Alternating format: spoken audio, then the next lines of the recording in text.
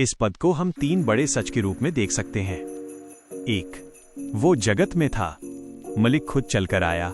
सोचिए, एक राजा है जिसने एक बहुत बड़ा और सुंदर शहर बसाया।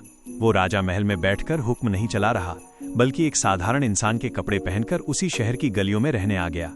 वो लोगों के दुख सुख देखने, उनके साथ बैठने और उनसे बात करने आया। गहराई ये बताता है कि ईश्वर हमसे दूर कहीं आसमान में नहीं छिपा है, बल्कि वो हमारे बीच, हमारी तकलीफों में हमारे साथ खड़ा होने आया। 2. जगत उसके द्वारा उत्पन्न हुआ, बनाने वाला ही आया। जिस शहर की गलियों में वो राजा घूम रहा है, उस शहर की एक एक ईंट उसने खुद अपने हाथों से रखी है।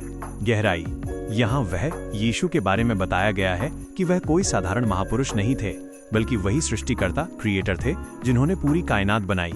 सूरज, चांद, सितारे और हम और आप सब कुछ उन्हीं के हाथों की रचना है। 3. जगत ने उसे नहीं पहचाना। सबसे बड़ी विडंबना। अब सोचिए, उस शहर के लोग उस राजा को पहचान ही नहीं पाए। लोग उसे धक्का दे रहे हैं, उसे मामूली समझ रहे हैं, यहां तक कि उसे अपने शहर से निकालने की कोशिश कर रहे हैं। जिस राजा ने उन्हें घर दिया, रोटी दी, जिंदगी दी, वही लोग उसे पहचान नहीं पाए, क्योंकि वो सादगी में आया था।